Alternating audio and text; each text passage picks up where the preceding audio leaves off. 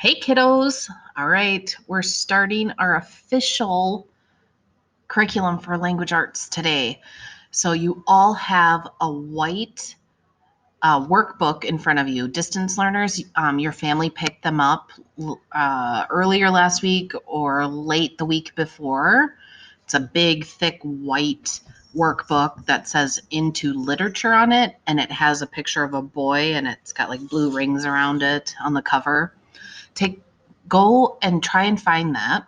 Get it ready. Pause the video if you need to. All right, let's get started. So the very first thing we're going to do is talk about Unit 1. And the whole theme is about finding courage. And I have so much cool stuff planned for this theme for our unit. I'm so excited about it. I think you're really going to enjoy it. There's so many different stories to read that are so interesting. And you're going to learn all about how to find courage when you're facing fears. So what I want you to do next is to pause the video or pause my video, go to your slideshow that looks just like what I'm showing you, and click play on this video that says watch video. It's about 2 minutes long. I want you to watch that and then come back here and I'll give you more instructions. So pause the video and go watch it. All right, what do you think? It's asking, what are you afraid of? Now, over here in this gray box on your slide, I want you to answer, how do you find courage in the face of fear? That means when you're in front of something that you're fearful of, how do you find courage to overcome your fear? I want you to type.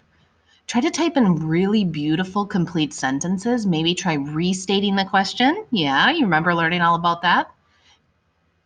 Go ahead and pause the video and go back to your slide and type your answer here. All right, our next slide is the academic language for Unit 1.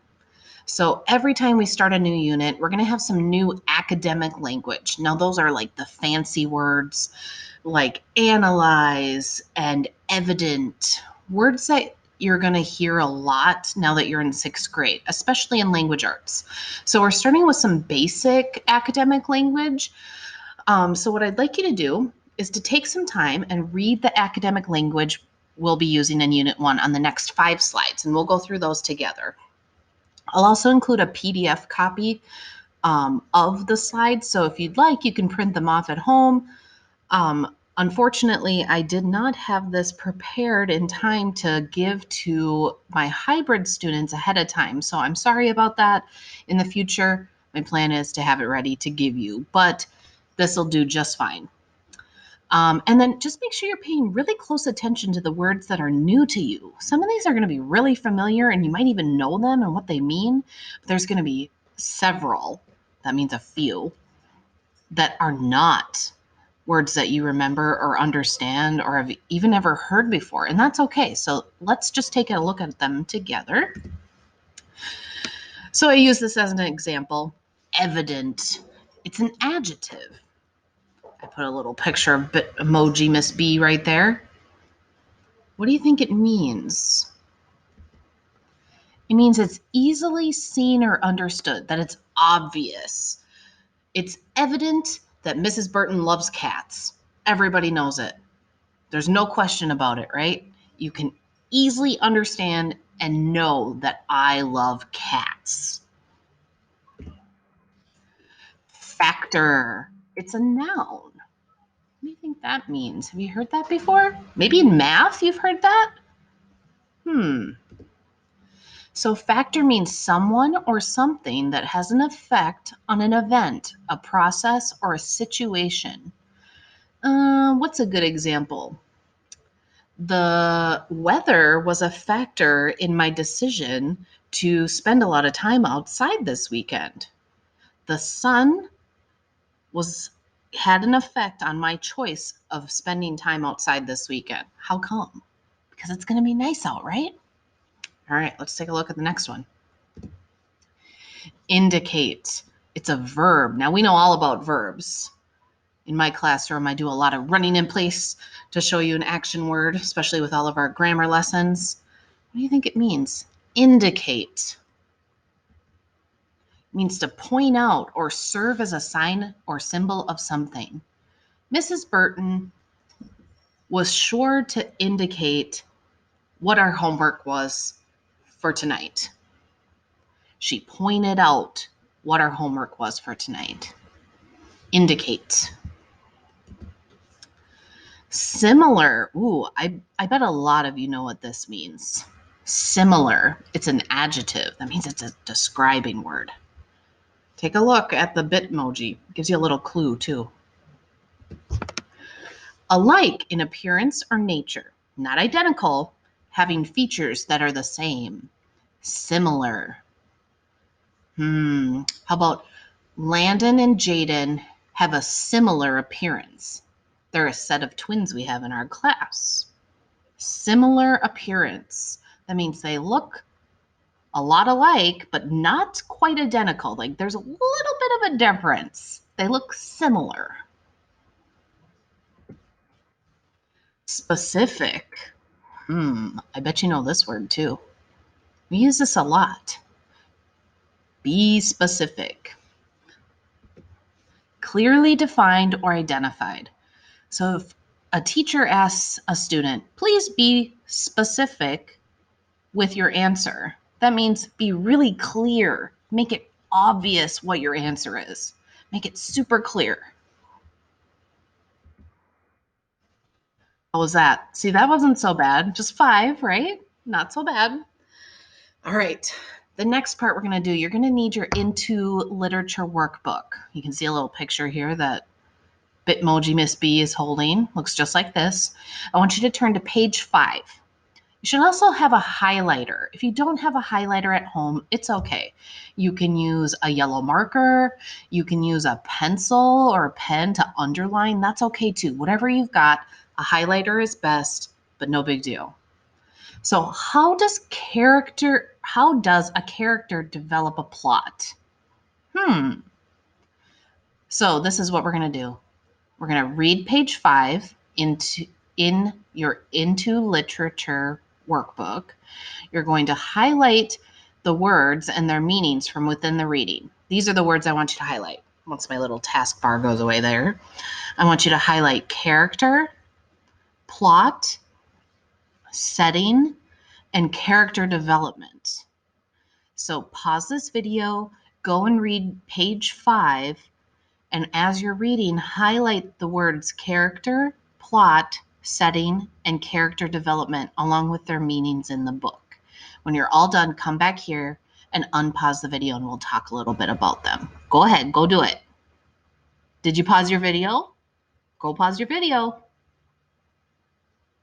All right, I'm trusting that you did it. So let's talk about character. These are the actual anchor charts that are in my classroom right now. So character, any person, animal, or imaginary creature who takes part in the action.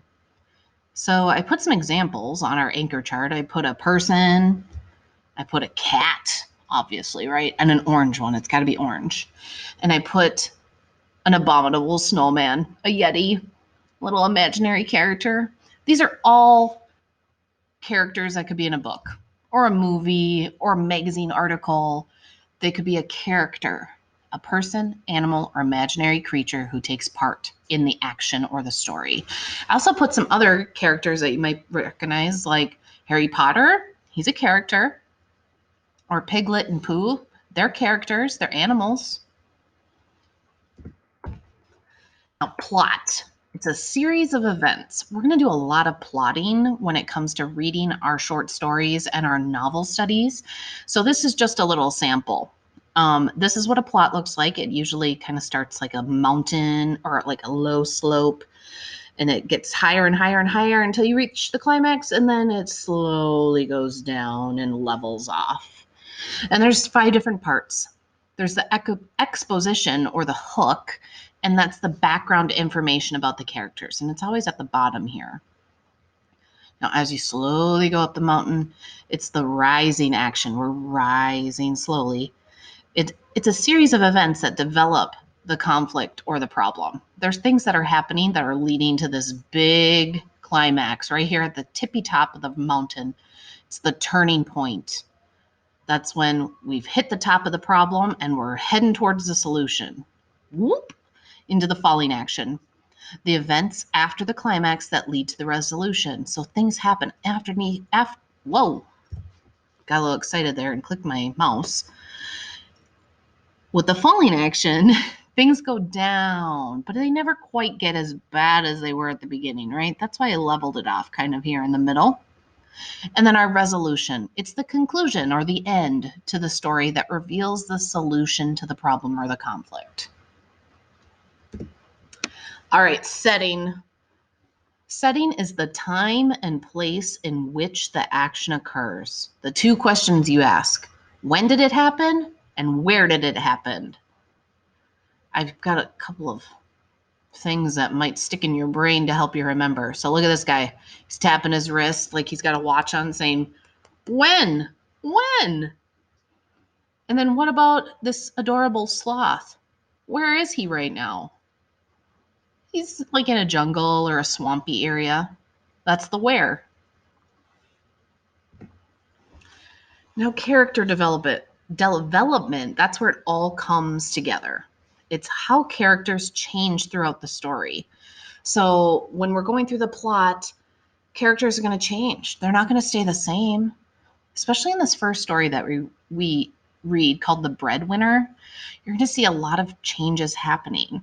And a lot of it stems from where the setting it takes place and things that happen there. But there are 4 things that can affect or have an influence on the character development. Setting, so where things are happening. Dialogue, that means the conversations that are happening. Thoughts, what the characters are thinking in their brains. Could even be the narrator speaking. And then the actions. Oh, I wish that toolbar would go away so you can see it. I drew some fancy legs. But the actions, the things that they're doing or things that have happened to them, actions. Now here's some practice for you. On your slideshow, you're going to fill this out. So can you find each piece? I want you to find, who are the characters? What is the setting? Where is this happening? What's the plot of the story? And I put all the 5 different pieces of a plot. Exposition, that's the start. Rising are the things that are happening right before the climax. The climax is the tippy top of something big happens. And then the falling action are the things that happen afterwards. And the resolution, what happens at the very end. I want you to fill those out next to each piece. And then how do the characters develop through the plot? How do they change? How do the birds start off? How do the birds end? How are they feeling? How are they acting? Okay, so I want you to pause your video, go and watch this 4-minute Pixar short film about birds and something silly that happens, and then go to your slideshow and fill out these boxes. All right, go ahead. Are you back already so soon? All right, that's great news. That means that you've completed today's lesson. Yay, that's great news. So your next step, double check to make sure you filled out everything in your slideshow, and then go back to Google Classroom and click Turn In, and I will see you tomorrow, or you'll hear from me, depending on if your distance or hybrid. All right, have a great night, guys.